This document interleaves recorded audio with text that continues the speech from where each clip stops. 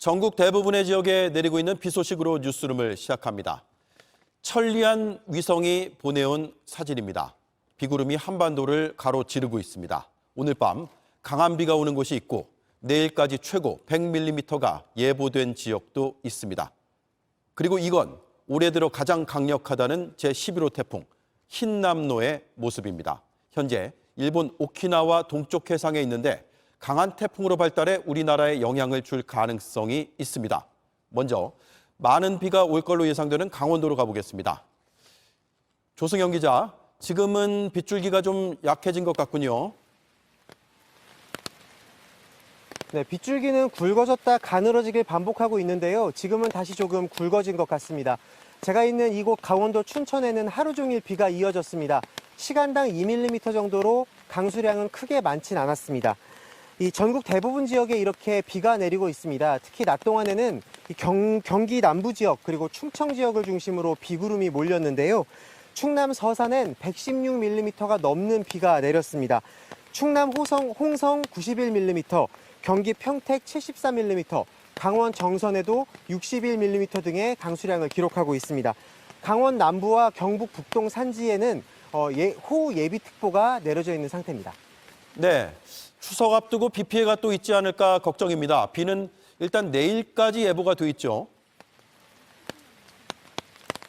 그렇습니다. 이번 비는 내일까지 이어집니다. 예상되는 강수량은 경기 남동부와 강원도, 충청권과 경상권이 20에서 70mm입니다.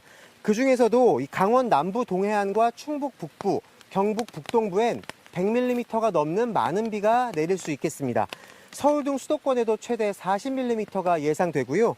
밤사이 남부지방과 강원 산지엔 돌풍과 천둥번개를 동반한 요란한 비가 내리는 곳이 있겠습니다. 또 내일 새벽까지 강원과 충북 또 경북 일부 지역에 시간당 20mm 안팎의 강한 비가 쏟아지는 곳이 있을 걸로 보입니다. 이달 중순에 집중호우로 피해가 컸던 지역에선 이제 겨우 응급복구만 마친 상태입니다. 또 농촌 지역에선 이 추석을 코앞에 두고 피해가 나지 않을까 걱정이고요. 여기에 북상하고 있는 태풍 소식도 있어서 불안감을 더하고 있습니다. 주위에 시설물이나 농작물 피해 우려가 있는 곳은 없는지 둘러보시는 게 좋겠습니다. 네, 강원도 춘천에서 조승현 기자가 전해드렸습니다. 네, 이번 비보다 사실 더 걱정인 건 태풍입니다. 가을 태풍은 우리에게 쓰라린 기억으로 남은 경우가 많죠. 올해 들어서 가장 세다는 제11호 태풍 흰남노가 우리나라를 향해 올 가능성이 높아졌습니다. 자, 윤영탁 기자, 가장 궁금한 건 우리에게 영향을 주는지입니다. 어떻습니까? 현재 태풍은 일본 열도 남쪽 해상을 지나가고 있습니다. 금요일쯤 일본 오키나와 남서쪽에서 잠시 멈췄다가 방향을 급격하게 북쪽으로 꺾일 것으로 예상됩니다. 이후 전망은 매우 유동적입니다. 여러 예측 모델을 봐도 모두 대한해협을 관통하는 것으로 경로를 예상하고 있습니다. 영국 모델이 가장 우리나라와 근접하고 유럽 예보센터 모델이 가장 일본 쪽으로 치우쳐 있습니다. 네. 하지만 태풍 반경이 450km에 달할 것으로 보여서 이대로라면 금요일쯤 제주에 간접 영향이 시작돼 추석 연휴 전까지 전국에 거센 비바람이 몰아칠 것으로 예상됩니다. 네, 지금까지는 강력해 보이는데 세력이 계속 유지될지가 관건이겠군요. 네, 유성 사진에서 태풍 부분만 한번 확대해 보겠습니다. 가운데 보시면 뻥 구멍이 뚫린 태풍의 눈이 또렷한 것을 확인할 수 있습니다. 예. 강한 태풍일수록 회전이 빨라서 생기는 건데요. 발생 이틀째인 오늘 오전 이미 강도가 매우 강이 됐고 내일부터는 태풍 분류에서 가장 높은 단계인 초강력 태풍으로 발전할 전망입니다. 해수면 온도 그래픽을 한번 살펴보겠는데요. 태풍이 수온 30도가 넘는 이렇게 빨갛게 칠해진 부분을 이동하고 있는 것을 볼 수 있습니다. 안 그래도 힘이 센 엔진에 순도 높은 연료가 계속 공급되고 있기 때문에 태풍의 방향이 꺾일 때까지는 강도가 계속 더 세지는 겁니다. 네, 저렇게 확 꺾이는 경로가 특이합니다. 바로 저 지점에서 어디로 갈지 얼마나 셀지가 결정이 되는 거죠. 맞습니다. 태풍은 아무리 세력이 커도 덩치가 큰 고기압에는 밀리게 마련입니다. 이번 태풍은 두 고기압 사이에 끼어서 이동을 멈췄다가 보신 대로 거의 90도로 방향을 꺾습니다. 워낙 강도가 세다 보니 회전도 빨라서 꺾였을 때 어디로 튈지 예상하기가 어렵다는 겁니다. 다만 태풍이 한 자리에 머물면 상승 압력 때문에 깊은 바닷물까지 끌어올리는데 찬물이 올라와서 수온이 낮아지기 때문에 세력은 다소 약해질 수 있습니다. 흰남노도 멈춰서서 북상할 때쯤엔 강도가 떨어질 것으로 보이는데 그렇다고 해도 여전히 강도는 매우 강입니다. 네, 그러면 언제쯤 정확한 경로를 알 수 있게 되는 겁니까? 네, 기상청은 태풍을 120시간 5일 예보로 전망하는데요. 태풍이 북상을 시작하는 금요일에서 토요일 사이면 경로나 세기에 대한 비교적 정확한 예상을 할 수 있다고 기상청은 밝혔습니다. 네, 윤영탁 기자 잘 들었습니다. 이제부터라도 허리띠를 단단히 졸라매지 않으면 커지고 있는 경제 불확실성 앞에 방패막 없이 맞서야 합니다. 네, 내년도 씀씀이를 바라며 경제부총리는 허리띠 졸라매자고 했습니다. 무려 6번이나 이 말을 했습니다. 639조 원, 내년도 예산안 규모입니다. 추경 예산까지 포함하면 올해 예산보다 적습니다. 살림살이 줄이기로 한 건 금융위기 이후 13년 만입니다. 덜 써서 나랏빚 느는 속도를 늦추자는 게 정부의 논리입니다. 하지만 지금은 비상 상황입니다. 물가와 금리, 환율까지 삼중고에 시달리는 서민과 중소기업에겐 정부의 지원이 절실합니다. 이들을 위해 꼭 써야 할 돈까지 줄인 건 아닌지 걱정의 목소리가 큽니다. 황예린 기자입니다. 69살 안금숙 씨는 정부의 노인 일자리 사업으로 일주일에 2-3번 3시간씩 경로당을 청소합니다. 한 달 30만 원이 채 안 되는 돈을 받지만 이 일자리가 사라지면 당장 생활비가 걱정된다고 말합니다. 줄이면 안 되지. 늘려야지 오히려 더. 안 그래요? 어느 자식이 매달 줄였어? 그거를 안 주잖아요. 내가 벌어서 써야지. 정부는 내년도 예산안을 통해 노인들이 주로 했던 청소나 쓰레기 줍기 같은 공공 일자리를 6만 개 정도 줄이겠다고 했습니다. 대신 정부는 노인의 경력을 살릴 수 있는 일자리를 늘리고 민간업체가 일자리를 만들면 지원하기로 했습니다. 이렇게 늘어나는 일자리가 3만 8천 개라는 설명입니다. 하지만 합쳐보면 전체 노인 일자리는 2만 개 넘게 줄어듭니다. 정부는 단순 노무형 일자리를 줄이고 민간형 일자리를 늘리는 흐름을 만들기 위해 조정했다는 입장입니다. 하지만 정부가 말한 단순 노무로 생활비를 마련했던 노인들은 일자리를 잃을 가능성이 큽니다. 대신 만드는 일자리 중 60%는 민간업체가 채용하는 건데 나이가 적을수록 유리해서 7, 80대는 채용문을 뚫기 쉽지 않습니다. 일자리 일할 때도 없는데 다른 데는 더군다나 더 써주지도 않는데 나이 많다고 안 써주지. 소상공인들은 지역사랑 상품권 지원금이 완전히 삭감된 걸 두고도 손님이 줄까 걱정합니다. 민간 주도의 경제를 뒷받침하겠다는 정부의 기조와 달리 벤처와 스타트업 업계를 위한 창업과 벤처 예산도 올해보다 6천억 넘게 줄었습니다. 정부는 오늘 국무회의를 통과한 예산안을 다음 달 2일 국회로 보냅니다. 야당인 민주당은 줄어든 민생사업 예산을 최대한 다시 늘리겠다고 밝혀 국회 심사 과정에서 여야가 예산안을 놓고 부딪힐 가능성이 커 보입니다. JTBC 황예린입니다. 자, 이 와중에 공공요금은 줄줄이 인상된다는 소식이 들립니다. 껑충 뛴 물가로 추석 차례 비용이 큰 부담인데 추석 지나고 찬바람 불면 전기, 가스, 지역 난방 요금이 오르거나 오를 가능성이 큽니다. 우원석 기자가 취재했습니다. 서울 망원동에서 PC방을 운영하는 김준호 씨는 지난달 전기요금 고지서를 보고 깜짝 놀랐습니다. 평소 고지서보다 40만 원가량 더 찍혔기 때문입니다. 여름철만 되면 전기요금 딱 고지서 볼 때마다 매번 깜짝깜짝 놀라죠. 매출이 아직도 이제 좀 회복세가 안 된 상황에 전기요금까지 오른다고 하니까 좀 걱정이 많이 되긴 합니다. 그런데 전기요금이 또 오른다는 소식에 소상공인들의 한숨은 더 깊어집니다. 지난달 진통 끝에 킬로와트 시당 5원 올렸는데 10월에 4.9원 또 올려야 한다는 게 한국전력의 입장입니다.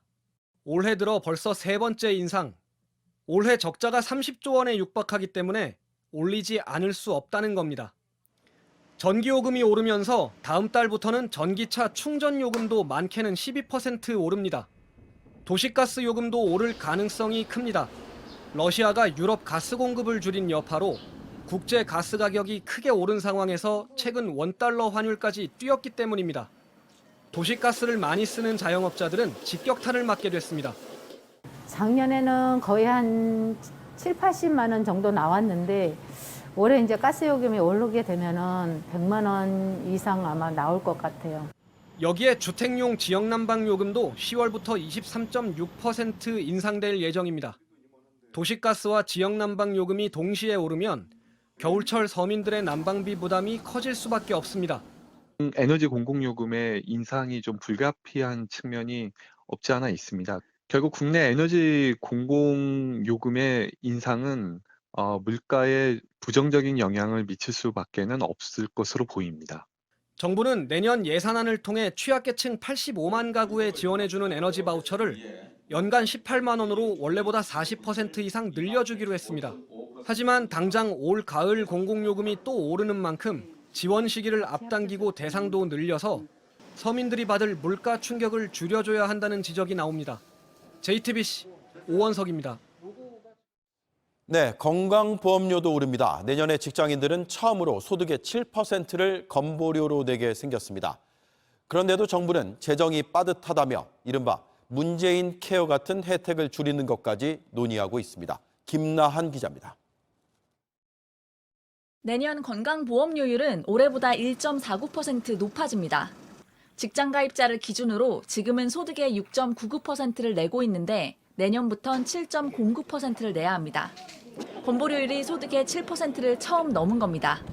평균 금액으로 보면 올해 14만 4,643원에서 내년 14만 6,712원으로 2,069원 인상됩니다. 지역가입자의 평균 보험료도 약 1,500원 높아집니다. 올해 인상률 자체는 최근 5년 중 가장 낮습니다. 물가 등으로 살림살이가 이미 팍팍한 만큼 더 많이 높였어야 했지만 그럴 수 없었단 겁니다. 대신 정부는 뇌와 뇌혈관 MRI 등을 급여화하는 이른바 문재인 케어를 축소할 계획입니다. 10월까지 집중적으로 논의하여 과잉 이용 영향 경향을 보이는 급여 항목을 점검하고 보험료를 많이 늘리지 못하는 만큼 나가는 돈을 줄여보겠다는 겁니다. 하지만 현장에선 비판이 나옵니다. 관리 체계를 어떻게 강화시킬 것인가, 의료 행위를 어떻게 더 엄격하게 통제할 것인가로 가야지 보장 항목 자체를 줄여버리면 수원 세모녀 사건처럼 취약계층에는 더 부담이 될 수도 있습니다. 결국 건보 재정을 뒷받침할 수 있는 국가의 재정 지원이 필요합니다. 법에 따라 정부가 건강보험 예상 수입액의 20%를 지원하게 돼 있지만 실제 국고 지원이 차지하는 비율은 지난해 기준 13.8%에 그쳤습니다. JTBC 김나한입니다. 강남 유흥주점 마약 사건과 관련해 뉴스룸이 새롭게 취재한 내용입니다. 지난달 함께 술을 마신 손님과 종업원이 숨졌습니다. 하지만 죽음 전후로 어떤 일이 있었는지 구체적으로 알려진 바가 없습니다. 종업원은 물론이고 술잔을 건넨 손님도 마약 과다 복용으로 사망했기 때문입니다. 그런데 최근 경찰이 나머지 동석자 3명을 피의자로 전환해 수사 중인 것으로 파악됐습니다. 숨진 종업원의 마지막 목소리가 결정적인 단서가 됐습니다. 먼저 김필중 기자입니다. 지난달 5일 강남의 한 유흥주점에 남성 3명과 여성 1명 등 4명이 들어옵니다. 이들은 여자 종업원 2명을 불러 술을 마셨습니다. 술자리가 끝난 직후 여자 종업원 A씨와 남성 B씨가 사망했습니다. 사인은 마약 과다 복용입니다. 그런데 경찰이 이날 함께 있었던 남성 손님 2명과 여성 손님 1명의 신분을 최근 참고인에서 피의자로 바꾼 것으로 파악됐습니다. 이들이 B씨가 A씨에 주는 술에 마약이 들어있는 것을 알고도 방조한 혐의입니다. A씨가 숨지기 직전 녹음한 대화가 결정적인 단서가 된 것으로 알려졌습니다. 별장에 걸렸으니까 게임에서 내가 이거 좀 이상한 것 같아, 맛이 왜 이래? 막 이런 식으로 했더니 앞에 언니 웃고 있는 거야. 또 술자리에 함께 있었던 사람들에게선 마약 성분이 나오지 않았습니다. 경찰은 이들이 마약이 들어있는 술잔을 미리 알고 있었을 가능성에 무게를 두고 있습니다. 경찰은 3명의 휴대전화를 압수수색하는 등 수사를 확대하고 있습니다. JTBC 김필준입니다. 네, 저희 취재진은 사건 당일 무슨 일이 있었는지 실마리를 풀어줄 녹음 파일을 유가족 동의를 구해 입수했습니다. 숨진 피해자는 입과 코에서 물이 나오는 등 이상 증세를 호소했는데도 그 방에 있던 다른 사람들은 그저 웃고만 있었다고 했습니다. 다른 사람들도 술에 약을 탄 걸 알고 있었다고 의심하는 피해자의 음성도 담겼습니다. 이어서 윤정주 기자입니다. 목숨을 잃은 종업원 A씨는 술자리가 끝날 무렵 함께 있었던 여종업원에게 말을 겁니다. 근데 원래 저 약 먹기로 약속했어요? 손님들이 건넨 술이 이상하다고 느꼈기 때문입니다. 술자리가 끝난 직후 A씨는 유흥주 전 매니저에게 손님이 약을 먹였다고 말합니다. 약 먹였어요. 진짜 확실해요. 100%예요. 그러니까 그 다음에 파트너 안 치면 이번에 내가 약 먹여볼게 이렇게 얘기를 했던 것 같아요. A씨는 곧바로 여동생에게 전화를 걸었습니다. 사람 있지. 제정신 아니게 갑자기 거기서 옷에 막 물 다 묻고 입에서 막 코에서 막 물 나오고 같이 있던 사람들의 반응이 이상하다고도 말했습니다. 입에서 막 물 막 흐르고 그랬는데 앞에서 너무 웃고 있더라. 결국 3시간 뒤 A씨는 마약 과다 복용으로 숨졌습니다. A씨와 술자리에 함께 있었던 여종업원은 술이 깬 뒤 유가족에게 당시 상황을 털어놓기도 했습니다. 너 이렇게 약간 몰아가는 식으로 너 안 되겠다 술 먹여야겠다 이러면서 게임하자 이런 식으로 해가지고 걔를 이렇게 먹인 거예요 그 언니를. 유가족 측은 이 때문에 동석자에게 마약류 위반뿐만 아니라 상해방조 혐의를 적용해야 한다고 주장합니다. 마약을 계속 먹는데도 그대로 둬서 피해를 입혔다는 겁니다. 다 같이 어떤 게임을 하기로 하고 그렇게 공모관계가 형성돼 있다면 상해죄 공동정범은 충분히 성립할 수 있고. JTBC 윤정주입니다. 2001년 대전에서 두 강도가 현금을 나르던 은행 직원을 총으로 살해한 뒤 3억 원을 들고 달아난 사건이 있었습니다. 그 범인들이 얼마 전에 붙잡혔는데 당시 타고 있던 차에 버리고 간 마스크에서 나온 유전자 정보 DNA가 결정적인 역할을 했습니다. 경찰이 오늘 신상공개위원회를 열어서 범인들의 이름과 나이를 밝혔는데요. 21년 만에 범인들의 실체가 드러나기까지 그 과정을 정영재 기자가 전해드리겠습니다. 2001년 겨울 대전에 뿌려진 몽타주입니다. 그림으로만 존재하던 두 강도는 21년 만에 모습을 드러냈습니다. 52살 이승만, 51살 이정학, 고등학교 동창입니다. 대전의 한 은행 지하 주차장에서 현금을 옮기던 직원을 권총으로 쏴 살해하고 3억 원을 훔친 범인들입니다. 범행 2달 전 순찰 중이던 경찰관에게서 빼앗은 총으로 직원을 쏜 겁니다. 당시 투입된 경찰만 100명, 용의자 5,000명을 조사했지만 잡지 못했습니다. 두 사람 손에 수갑을 채우기까지 7,553일이 걸렸습니다. 단서가 된 건 도주하다 버린 차량에서 발견된 마스크와 손수건이었습니다. 범행 직후에 나오지 않았던 DNA가 과학수사의 발달로 검출된 겁니다. 하지만 누구의 것인지 알 길이 없었습니다. 수사가 막힐 때쯤 뜻밖의 장소에서 같은 DNA가 나왔습니다. 2017년 충북의 한 불법 게임장 단속 과정에서 확보한 담배꽁초에서 나온 DNA가 범인의 것과 같았던 겁니다.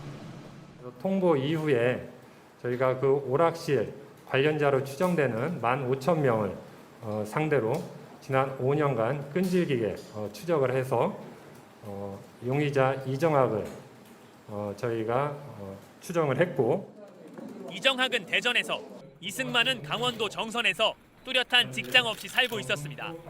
이정학은 혐의를 일부 인정했습니다. 총은 바다에 버렸고 훔친 돈은 잃어버렸다고 진술했습니다. 현금 수송 차량이 정해진 시간에 온다는 걸 알고 미리 계획했다고도 말했습니다. 하지만 범행 후에도 차량 절도를 일삼던 공범 이승만은 모두 부인하고 있습니다. 경찰은 두 사람을 강도 살인 혐의로 구속했습니다. JTBC 정영재입니다. 새롭게 단장한 광화문 광장 버스 정류장에 조선 총독부의 모습이 담긴 그림이 걸린 걸 놓고 논란이 일었습니다. 문체부가 일제강점기에 총독 관절을 복원하겠다고 한 지 한 달 만에 또 총독부가 등장한 건데 서울시는 이 그림이 문제가 되자 오늘 바로 철거했습니다. 정재우 기자입니다. 이달 초 새로 개방한 광화문 광장 앞 버스 정류장입니다. 넓은 정류장엔 조선시대부터 올해까지 광화문의 변천사를 표현한 4점의 그림이 걸렸는데 오늘 그중 하나를 완전히 떼어냈습니다. 일제강점기 당시 조선 총독부 건물이 그려져 있었고 그림 속 붉은 동그라미는 일장기를 떠오르게 한다는 비판이 쏟아졌기 때문입니다. 서울시는 의도가 다르다고 해명했습니다. 동그라미는 태양이 아니라 길과 문을 상징하는 것으로 앞은 역사를 지나 새로운 광장으로 나아간다는 의미였다는 겁니다. 광화문이 가장 훼손됐을 때의 광장을 보여주어 극적인 변화를 표현하고 싶었다는 설명도 덧붙였습니다. 그러면서 9월 중에 그림을 교체하겠다고 했지만 논란이 커지자 오늘 곧바로 전시를 종료했습니다. 주변을 지나는 시민들 마음은 복잡합니다.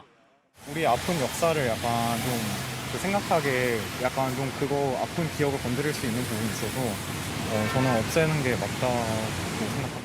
옛날에 있던 역사가 좋든지 나쁘든지 우리가 지냈던 역사니까 우리가 그것을 보고 감상도 하고 잘못한 게 좀 고치기도 하고 그래요.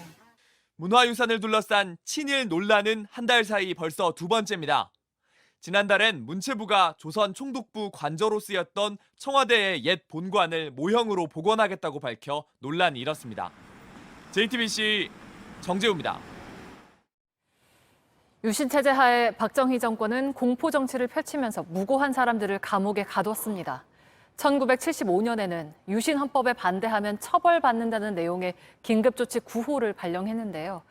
이 때문에 피해를 본 국민들에게 국가가 손해배상을 해야 한다는 대법원 판단이 오늘 나왔습니다. 국민 개개인에 대해서는 국가가 배상 책임을 지지 않는다고 봤던 7년 전의 대법원 판단이 바뀐 겁니다. 정종문 기자입니다. 2013년 긴급조치 9호로 인해 피해를 본 유모 씨 등 71명이 국가를 상대로 소송을 제기했습니다. 소송 9년 만에 대법원장과 대법관 모두가 참여하는 전원 합의체가 열렸습니다. 대법관 13명은 만장일치로 긴급조치 9호로 인해 수사와 재판을 받은 국민에게 국가 배상 책임이 있다고 판단했습니다. 긴급조치 제9호의 적용 집행으로 강제 수사를 받거나 유죄 판결을 선고받고 복역함으로써 개별 국민이 입은 손해에 대해서는 국가 배상 책임이 인정될 수 있습니다. 대법원은 긴급조치 9호가 법치국가 원리에 반하고 기본권 보장 의무를 다하지 못해 정당성이 없다고 밝혔습니다. 양승태 전 대법원장 시절인 지난 2015년 대법원은 대통령의 긴급조치권 행사가 민사상 불법 행위는 아니란 취지로 판단했습니다. 국가가 손해배상을 할 필요가 없단 겁니다. 그런데 대법원 판례가 7년 만에 바뀌었습니다. 이전까지는 고문을 당한 피해자들만 배상을 받았는데 긴급조치 9호가 나온 지 47년 만에 다른 피해자들도 배상받을 수 있는 길이 열린 겁니다. 대법원은 사건을 서울고등법원으로 돌려보냈습니다. 2심 기준으로 원고 71명이 청구한 손해배상 금액은 피해자 1,000만 원, 가족은 100만 원씩 모두 1억 9천여만 원입니다. 대법원 24건을 비롯해 최소 33건의 비슷한 소송이 법원에서 진행 중입니다. 원고 측은 늦었지만 올바른 결정이라며 환영했습니다. 이번 판결은 그보다 좀 진일보해서 국가의 과실은 있다라는 점을 명확하게 밝혔다. 이 정도로 의미를 이제 부여할 수 있을 것 같습니다. 민변 등은 과거 판례에 따라 손해배상을 받지 못한 피해자들을 위해 재심 절차 특별법을 요구하고 있습니다. JTBC 정종문입니다. 국민의힘에선 윤핵관, 그중에서도 권성동 원내대표의 힘이 재차 확인된 하루였습니다. 4시간에 걸친 의원총회에서 일부 중진들이 사퇴를 촉구했지만 소용이 없었습니다. 권성동 체제를 유지한다는 똑같은 결론이 또 나왔습니다. 하예빈 기자입니다. 권성동 원내대표는 의원총회에서 비상대책위원회 외에 다른 대안은 없다고 못 박았습니다. 비대위 출범 이전 최고의 체제로의 복귀는 불가능합니다. 무엇보다 새로운 비대위는 우청을 통해서 우리 스스로가 의결했던 내용입니다. 그러면서 새 비대위 구성을 위한 당헌 개정 문제로 논의를 이어갔습니다. 그런데 일부 중진 의원들이 권 원내대표의 사퇴를 요구하고 나섰습니다. 권성동 원내대표는 적강 물러나는 것이 저는 국민과 당원을 위한 것이다. 책임 정치를 해라. 원내대표가 리더십을 잃고 동력과 명분이 없기 때문에 새로운 원내대표가 할 수밖에 없다라는 겁니다. 하지만 4시간 동안의 논의 끝에 결국 권 원내대표는 비대위원장 직무대 행직을 유지하고 당원을 고치는 쪽으로 결론을 냈습니다. 법원에서 문제 삼은 비상 상황에 대해서 선출직 최고위원 5명 중 4명이 사퇴하면 비상 상황으로 본다는 내용을 구체적으로 담았습니다. 이런 가운데 재선 의원들은 권 원내대표를 거들고 나섰습니다. 특히 윤 대통령과 가까운 걸로 꼽히는 의원들이 목소리를 높였습니다. 마치 이 지금 원내대표나 무엇인가를 지키려고 이렇게 집착하는 사람인 양 이렇게 왜곡시키고 하는 행위에 정말로 이 뭐랄까 경악을 금치 못하겠다. 의가 별로 없었고요. 반대 의견은 딱 정해져 있지 않습니까? 조경태 의원, 조혜진 의원 한 서너 명, 4-5명으로. 권 원내대표는 최근 2달 새 직함을 여러 번 바꾸면서 당을 이끌고 있습니다. 당내에선 이번에도 윤핵관 파워를 넘지 못했다는 자조적인 목소리도 나왔습니다. 한 초선 의원은 JTBC에 일부 의원들이 윤핵관 눈에 들기 위해 영혼 없이 하는 행동에 모멸감을 느낄 때가 있다고 말했습니다. JTBC 하혜빈입니다. 네, 반면에 대통령실의 기류는 다릅니다. 어제만 대통령실에서 직원 10대 명이 한꺼번에 물러났습니다. 그중 대다수가 윤핵관이 인사를 주도했던 인물들입니다. 반면 검찰 라인은 인사 칼바람을 피하는 모습입니다. 윤핵관 대신 이른바 검핵관으로 대통령실이 재편되는 게 아니냐는 해석이 나옵니다. 최수영 기자입니다. 대통령실에선 어제 하루에만 10대 명의 직원이 자리에서 물러났습니다. 정무수석실 산하 비서관 2명이 동시에 사퇴했고 시민사회 수석실 비서관도 면직됐습니다. 경질성 인사라는 평가입니다. 대부분이 정치권 출신으로 이른바 어쩌다 공무원, 어공들입니다. 시민사회 수석실 국민제안 비서관실에선 행정관 7명 중 어공 5명이 한꺼번에 사직했습니다. 윤석열 대통령은 인사교체를 통한 기강 잡기를 언급한 바 있습니다. 대통령실이라고 하는 것은 국민에게 가장 헌신적이고 가장 유능한 그런 집단이 돼야 국민에게 제대로 봉사할 수가 있고. 이 같은 인적 쇄신을 두고 윤 대통령이 일명 윤핵관에 거리를 두는 것 아니냐는 해석도 나옵니다. 실제 나간 인사들 중엔 윤핵관 추천 인사들이 다수 포함됐습니다. 한 대통령실 관계자는 JTBC에 윤핵관이 주도했던 인사들이 대통령 기준에 맞지 않아 유능한 새 인물로 바꾸겠다는 것이라고 했습니다. 정권 초기에 윤핵관이 짜놓은 인사가 사실상 실패했다는 진단으로 해석됩니다. 인적 쇄신 규모는 더 늘어날 수 있다는 게 대통령실 설명입니다. 추석 전후로 수십 명이 더 나갈 거란 전망도 나옵니다. 윤핵관이 주도했던 대통령실 인사구조가 크게 흔들릴 수 있다는 겁니다. 반면 검찰 출신 참모들만 인적 쇄신 대상에서 빠졌다는 지적도 나옵니다. 검찰 수사관 등이 주로 배치된 인사비서관실 등에 대해선 구체적인 쇄신 움직임이 없습니다. 인사교체와 관련한 내부 검증을 검찰 출신들이 주도하고 있는 점을 들어 대통령실이 검찰 라인 중심으로 재편될 거란 관측도 나옵니다. JTBC 최수연입니다. 김혜경 씨의 법인카드 유용 의혹에서 핵심 인물인 배모 씨가 구속 갈림길에 서 있습니다. 경기도 법인카드로 김혜경 씨의 음식값 등 2천만 원을 결제한 당사자입니다. 배 씨는 자발적이었고 김혜경 씨는 몰랐다고 주장하고 있습니다. 현장으로 가보죠. 이승환 기자, 영장 심사는 끝이 났습니까? 네, 배 씨는 오전 10시쯤 수원지방법원에 모습을 드러냈고 1시간 40분 정도 신문을 받았습니다. 지금은 이곳 수원 남부경찰서 유치장에서 결과를 기다리고 있습니다. 수사기관은 그동안 배 씨가 휴대전화를 바꾸고 문서를 없애는 등 증거인멸 시도를 해왔다는 걸 강조했습니다. 반면 배 씨 변호인 측은 구속 필요성까지는 없다고 맞섰습니다. 배 씨는 취재진의 질문에는 전혀 대답하지 않았습니다. 법인카드 사적으로 유용한 혐의 인정하십니까? 김혜경 씨가 지시한 겁니까? 네, 영장 발부 여부는 언제쯤 알 수 있을까요? 네, 영장 발부 여부는 오늘 밤 늦게 결정될 걸로 보입니다. 법인카드 사용 내역은 그 객관적인 사실이고 그리고 혐의 그 자체는 크게 다툴 상황이 아니기 때문에 오늘 중에 결론이 나올 거란 전망인데요. 영장이 발부가 되면 배 씨는 검찰에 송치될 때까지 이곳 유치장에 머무르고 기각되면 곧바로 석방됩니다. 배 씨는 이재명 대표가 경기도지사였던 시절 김혜경 씨 수행 비서 역할을 하면서 개인 물품과 음식 등을 경기도 법인카드로 배달했다는 혐의를 받고 있습니다. 경찰이 파악한 결제 금액은 약 2천만 원입니다. 네, 앞으로 수사는 어떻게 될 걸로 예상이 됩니까? 네, 김혜경 씨 법인카드 유용 의혹 수사는 마무리 단계입니다. 배 씨 구속 여부와 상관없이 경찰은 조만간 수사 결과를 내놓을 걸로 보입니다. 선거법 위반 사건 공소시효 만료일이 다음 달 9일이어서 열흘 정도 남은 상황입니다. 앞서 김혜경 씨는 경찰 조사에서 음식물은 모두 배 씨가 자발적으로 산 것이라고 주장한 걸로 알려졌습니다. 이 대표 측 해명도 마찬가지입니다. 다만 배 씨 구속 여부가 김혜경 씨 관련 수사에도 영향을 줄 거란 전망이 검찰 안팎에서 나오고 있습니다. 네, 이승환 기자 잘 들었습니다. 쌍방울 그룹을 수사 중인 검찰이 100억 원대 수상한 돈을 포착해 추적 중인 사실이 JTBC 취재 결과 확인됐습니다. 그런데 이 수상한 돈이 흘러간 회사의 사회이사가 이태형 변호사였습니다. 이 변호사, 이재명 대표의 변호사비 대납 의혹 당사자입니다. 박현주 기자입니다. 쌍방울은 2019년 10월 100억 원 규모의 전환사채를 발행합니다.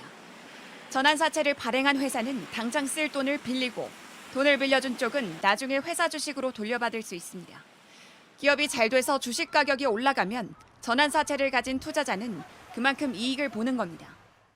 이 100억 원 전환사채는 H사와 K사 두 회사가 50억 원씩 사들입니다. 쌍방울은 이렇게 마련한 100억 원으로 비비안을 인수합니다. 그런데 두 회사가 산 전환사채는 다른 쌍방울 계열사를 한번 거친 뒤 비비안이 사들입니다. 전환사채 12 찍기 발행했다. 종이쪼가리 찍으면 자기들 손에는 100억짜리라고 하면 100억이. 그런데 문제는 애초 전환사채를 사들인 두 회사 모두 실체가 없는 이른바 페이퍼 컴퍼니였습니다. H사는 설립 6일 만에 전환사채 50억 원을 사들였습니다. 쌍방울 김성태 전 회장의 친인척이 대표였습니다. 다른 영업 실적이나 자본은 없었습니다. 쌍방울 건물 안에 등록된 사무실을 찾아가 봤더니 없는 회사였습니다. 모르겠고 하여튼 3층에 다른 돈은 없고요. 네네. 그밖에 없어요. 여기 디자인실밖에 없어요. K사도 마찬가지였습니다. 주소지엔 다른 업체가 있었고 영업 활동을 한 기록은 전혀 없습니다. 이들 회사에서 전환사채를 사들인 비비안이 결국 100억 원대의 빚을 떠안은 건데 이렇게 회사의 불리한 결정에 찬성표를 던진 비비안 사회이사는 바로 이태형 변호사입니다. 이재명 대표의 선거법 위반 사건 변호인이었고 쌍방울이 대신 변호사비 20억 원을 내줬다는 의혹의 당사자입니다. 검찰은 이런 비정상적인 거래가 어떻게 가능했는지, 출처가 불명확한 100억 원이 어디서 나와서 어떻게 쓰였는지 수사에 나섰습니다. JTBC 박현주입니다. 최근 청년들이 잇따라 극단적인 선택을 했습니다. 모두 만 18살이 되면서 성인이 됐다는 이유로 아무런 대책 없이 홀로 서기를 해야 했던 자립준비 청년이었습니다. 한 청년이 남긴 쪽지에는 아직 읽지 못한 책이 많은데 라고 적혀 있었습니다. 자립준비 청년은 지난 5년 동안 12,000여 명으로 해마다 2,400명 정도가 자립하지만 이 가운데 절반은 삶을 포기하고 싶다는 생각을 해본 적이 있다고 답했습니다. 하지만 이들에 대한 자살률 통계조차 없고 관리를 맡고 있는 전담 요원은 턱없이 모자랍니다. 힘들 때 손 잡아줄 어른이 그립다는 이들의 이야기를 성화성 기자가 들어봤습니다. 5년 전 안다희 씨가 자립할 때 받은 돈은 500만 원이 전부였습니다. 500만 원만 딱 그게 끝이었고 기초생활 수급도 잘 몰랐어요. 나중에 이제 알게 되다 보니까 이제 다 못 받았던 거죠. 그리고 2년 뒤 갑자기 온몸이 마비되는 시신경 척수염 진단을 받았습니다. 내가 죽고 싶은 마음이 들어도 죽을 수가 없는 그게 더 비참했어요. 처음에는 죽기 위해서 재활을 했던 것 같아요. 내 몸을 내가 움직여서 저기까지 가야 하잖아요. 벼랑 끝에 섰지만 혼자였습니다. 혼자 생활했어요. 간병인을 구하자니 돈이 너무 많이 들고. 그래서 정부는 지난해부터 안 씨 같은 자립준비 청년에 대한 경제적 지원을 늘렸습니다. 정착지원금 800만 원 이상, 매월 자립수당과 기초생활 수급비를 받을 수 있습니다. LH 임대주택에서 살 수도 있습니다. 하지만 여전히 구멍이 있습니다. 부동산 가니까 너무 싫어하시는 거예요. 우리 LH 안 맞는데 약간 이런 게 진짜 많아갖고 직구하는데 너무 어려움이 있어요. 신청을 해야 지원을 받을 수 있는데 알려주는 사람이 없습니다. 혼자 남겨진 자립준비 청년은 정서적으로도 불안합니다. 전담 인력이 필요하지만 전국엔 88명뿐입니다. 지난 5년간 자립준비 청년은 12,000명이 넘습니다. 산술적으로 전담 인력 1명이 142명 넘게 관리해야 하는 셈입니다. 딱 한 번 이사했을 때 저희 집에 오셨고 그 뒤에부터는 여태까지 연락이 없으세요. 영국에서는 자립할 때 개인 상담사를 지정합니다. 2달에 한 번 이상 만나고 집을 옮기면 일주일 안에 방문합니다. 이러다 보니 한국은 23% 넘게 연락이 닿지 않지만 영국은 10% 수준입니다. 금전교육이라든가 또 힘들 때 같이 이렇게 행정적인 부분을 해결해 갈 수 있는 좀 더 상세한 상담. 자립준비 청년들이 경제적, 심리적으로 자립할 수 있는 사회적 체계를 보완해야 합니다. JTBC 성화선입니다. 2009년에 있었던 쌍용차 파업 사태는 13년이 지난 지금도 여전히 진행 중입니다. 사측이 건 손해배상 소송에다가 과잉 진압을 했다며 사과까지 한 경찰이 건 소송까지 노동자들은 언제 압류가 닥칠지 모르는 불안한 삶을 이어가고 있습니다. 박민규 기자입니다. 29년째 쌍용차에서 일하는 최이국 씨는 지금도 자기 앞으로 재산을 두지 않으려 합니다. 예를 들어 뭐 전세 계약을 해야 되잖아요. 그러면 저희는 지금도 제 이름으로 된 게 없어요. 압류가 들어오면 제 이름으로 돼 있으면 다 뺏겨야 되거든요. 파업 참여를 이유로 해고됐다 복직했지만 그 즉시 월급 절반을 압류당한 경험 때문입니다. 손해배상 소송이 13년째 진행되면서 최 씨를 비롯해 최근 트라우마 진단을 받은 노동자만 20명이 넘습니다. 약을 이제 거의 이만큼씩 한 달씩을 주시더라고요. 다시 저한테 가압류가 시작된다고 하면 필요나 그런 것도 참 무색해질 거예요. 특히 사측이 아니라 경찰이 낸 소송도 그대로입니다. 2009년 진압 당시 크레인과 헬기 같은 장비가 파손됐다며 17억 원을 청구했는데 이자가 10년 넘게 붙으면서 이 금액은 30억 원 가까이 불어났습니다. 사건이 대법원에 올라간 지도 6년이 넘었습니다. 그 사이 국가진상조사를 통해 당시 진압은 국가폭력으로 인정됐고 이런 공권력 남용, 과잉 진압에 경찰청장이 사과까지 했습니다. 1년 전 관련 결의안도 국회를 통과했습니다. 그런데도 경찰은 손해를 계속 묻고 있는 겁니다. 업무상 배임이나 이런 것들에 해당할 수 있다라는 그런 내심의 생각이 있었을지도 모르겠지만 경찰은 기업이 아닙니다. 평생 벌어도 갚지 못할 빚을 지게 될 거라며 노동자들은 다시 한번 소송 취하를 요구했습니다. 그러나 이들의 면담 요청을 받은 경찰은 대법원 판단을 기다리겠다는 입장을 바꾸지 않았습니다. JTBC 박민규입니다. 가습기 살균제 참사와 관련해서 증거를 없앤 혐의로 재판에 넘겨진 전 SK케미칼 임원이 1심에서 실형을 선고받았습니다. 서울중앙지법은 검찰 수사를 대비해 유해성 실험 보고서 등을 없애도록 지시한 혐의를 유죄로 인정하고 박철 전 SK케미칼 부사장에게 징역 2년을 선고했습니다. 다만 법정 구속을 하진 않았습니다. 재판부는 가습기 살균제 피해자의 고통을 공감하지 않고 SK케미칼의 책임을 면하기 위해 각종 자료를 은폐했다고 지적했습니다. 미국이 자국산 전기차에만 보조금을 주기로 하면서 가장 피해를 보게 된 건 우리 자동차 업계인데요. 발등에 불이 떨어진 우리 정부는 급하게 미국을 방문했고 두 나라는 일단 협의를 해보기로 했습니다. 하지만 이미 법안이 통과된 상태라 획기적인 해결책이 나오기는 쉽지 않아 보입니다. 워싱턴 김필규 특파원입니다. 조태용 주미대사는 한국산 전기차 보조금 차별 문제에 대해 미국 정부도 움직이기 시작했다고 했습니다. 한미 두 나라 정부는 이 문제에 대한 해법을 마련하기 위한 정부 간 협의를 진행해 나가기로 합의하였습니다. 앞서 바이든 미국 대통령이 서명한 인플레이션 감축법에 따르면 북미에서 생산된 전기차에만 최대 1,000만 원의 보조금을 줍니다. 미국이 13조 원 투자를 약속했지만 한국에서 만드는 현대기아차의 전기차는 지원 대상에서 빠진 겁니다. 그래서 미 정치권 일각에선 한국이 억울하게 됐다는 공감대가 있다고도 했습니다. 동맹이자 FTA 파트너인 한국산 전기차에 대한 차별적 조치가 부당하다는 점을 강조했고 이에 대해서는 미국 측에서도 별 이견을 제시하지 않고 있습니다. 하지만 정부 간에 풀 수 있는 일은 많지 않아 보입니다. 유예 기간을 두자니 미국 법을 바꿔야 하고 세계무역기구 WTO에 제소하는 것도 쉬운 결단은 아닙니다. 산업부와 기재부, 외교부로 구성된 정부 합동대표단은 워싱턴에 도착했습니다. 안덕근 통상교섭본부장과 이창양 산업부 장관의 방미를 앞두고 미 정부, 의회와 사전 협의를 할 예정입니다. 뒷북 대책이지 않냐는 지적에는 선을 그었습니다. 갑자기 좀 발표된 측면이 있고 다른 나라도 잘 몰랐었던 내용이고 오히려 저희가 제일 빨리 대응하고 있는 걸로 알고 있습니다. 과연 2박 3일의 기간 동안 우리 대표단이 협상의 실마리를 찾을 수 있을지 우리 정부의 외교력이 또 한 번 시험대에 올랐습니다. 워싱턴에서 JTBC 김필규입니다.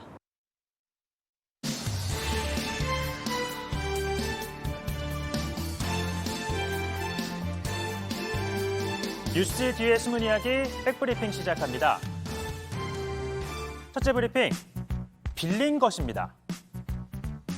이번에 공개된 고위공직자 재산에서 민주당은 윤석열 대통령이 재산 일부를 누락했다라고 주장하는데요.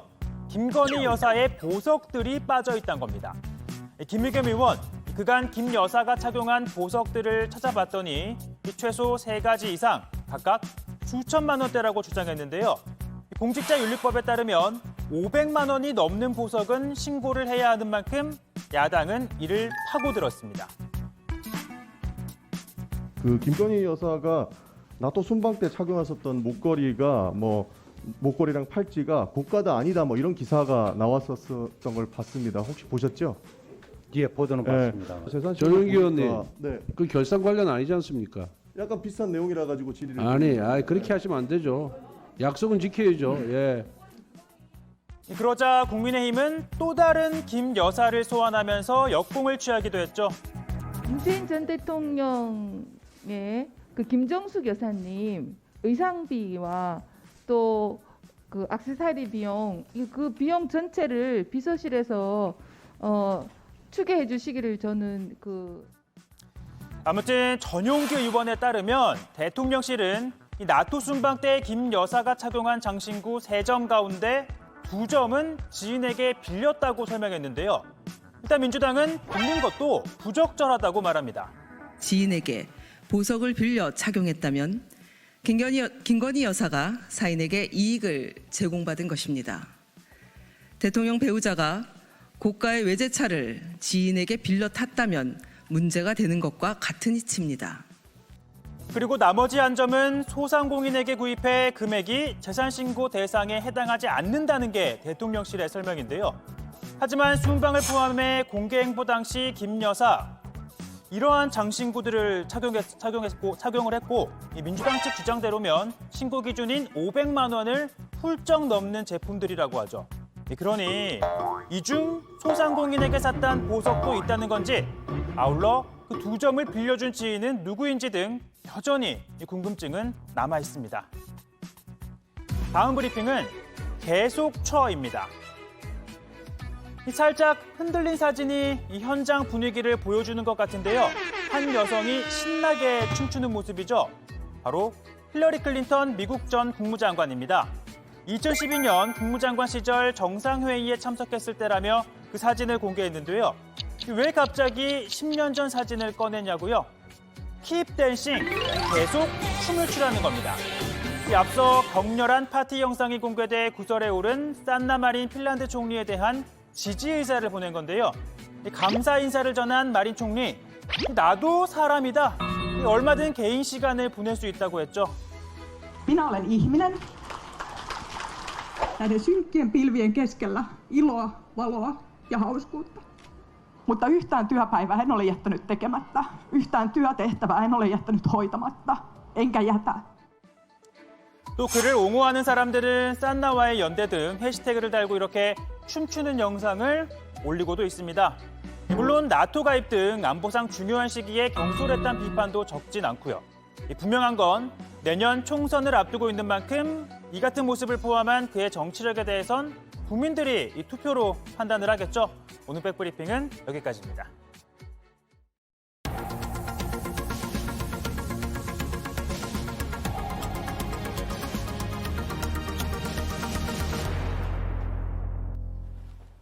추석 대목을 앞두고 한 전통시장에 불이 났는데 상인들의 빠른 대처로 큰 피해를 막았습니다.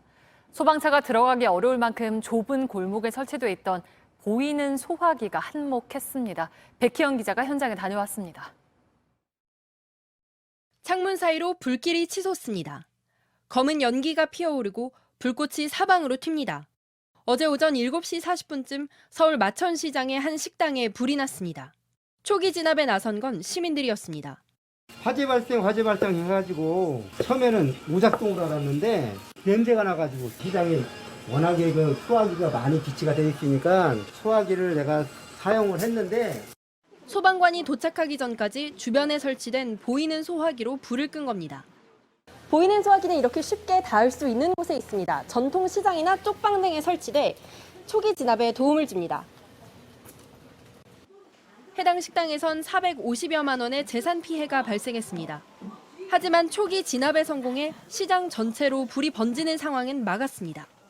이제 여기에도 소화기가 있는데 소화기를 쓸 수 없는데 바로 이것을 누구나 불특정 다스이나 누군 시민이 가서 화재가 나는 경우에 바로 빼가지고 적극적인 초동 대응 조치를 잘했기 때문에 한 점포로만. 2015년 보이는 소화기가 도입된 뒤 시민들이 직접 불을 끈 사례는 꾸준히 늘고 있습니다. 소방청은 불이 그대로 번졌다면 발생했을 재산 피해 263억 원을 아낀 것으로 추산된다고 밝혔습니다. 하지만 소화기가 고장나는 경우도 많아 품질 관리에 힘써야 한다는 의견도 나옵니다. 7개인가를 쳤어요. 7개. 네, 7개를 쳤어요. 소화기를 썼는데 한 3개는 분말이 나가는데 한 3개는 분말이 안 나갔어요? 네. 소방청은 정기적인 점검을 통해 소화기 관리에 힘쓸 예정입니다. JTBC 백희연입니다. 뇌졸중으로 쓰러진 주인을 구했던 개가 잔혹한 학대를 당하고 보신탕집으로 넘겨진 일이 있었는데요. 수사에 나선 경찰이 이 개를 학대한 60대를 붙잡아서 조사하고 있습니다. 동물보호단체는 개 주인과 보신탕집 주인도 형사 고발하겠다고 했습니다. 정진명 기자입니다. 남성 한 명이 도로를 가로질러 뛰어오더니 묶여있는 개를 발로 마구 걷어찹니다. 10여 분 뒤 이 남성은 손에 흉기를 들고 다시 나타납니다. 식당에 묶여있던 개 복순이가 크게 다친 채 발견된 건 지난 24일 아침입니다. 동물보호활동가의 신고로 수사에 나선 경찰은 이웃 주민인 60대 남성 A씨를 붙잡았습니다. A씨는 복순이가 자신의 반려견을 물어 화가 나 범행을 저질렀다고 경찰에 진술한 것으로 알려졌습니다. 경찰은 A씨를 동물보호법 위반 혐의로 입건했습니다. 어쨌든 그러니까 지금 개끼리 싸우다가 그렇게 된 거거든요. 피의자가 뭐라고 얘기하는 부분에 있어서 이제 맞는지 아닌지 그런 거 확인하고. 발견됐을 때만 해도 살아있던 복순이는 제대로 된 치료를 받지 못했습니다. 견주가 동물병원에 데려갔지만 치료비가 많이 나온다는 말에 발길을 돌렸던 겁니다. 결국 복순이는 숨졌고 동물보호단체 회원들은 사체를 보신탕집 냉동고에서 발견했습니다. 복순이는 3년 전 뇌졸중으로 주인이 쓰러지자 크게 짖어 목숨을 구한 사연이 알려져 안타까움을 더했습니다. 강아지가 치료비가 없다는 이유만으로 그렇게 방치가 되다가 결국에는 묻어둔 것도 아니고 보신탕집에 갔다는 게 너무나 비정하죠. 동물보호단체는 복순이가 살아있을 때 보신탕집에 넘겼다고 보고 견주와 보신탕집 업주를 형사고발할 예정입니다. JTBC 정진명입니다. 전국에 오고 있는 비는 내일 새벽 수도권부터 그치겠습니다. 충청과 호남은 오전까지, 영남은 오후까지 비가 이어지겠습니다. 경기 남부와 강원, 충북엔 많게는 70mm, 수도권과 충남, 호남엔 5에서 40mm가 오겠습니다. 내일 낮부터는 기온이 오르겠고 모레 낮 기온은 30도 안팎으로 다시 더울 거란 예보입니다. 네, 추석 앞두고 태풍 흰남노가 걱정거리로 급부상했습니다. 꽤 오래 영향을 줄 수도 있을 것 같으니까 비바람에 지금부터 대비를 하셔야겠습니다. 내일 뵙겠습니다. 고맙습니다.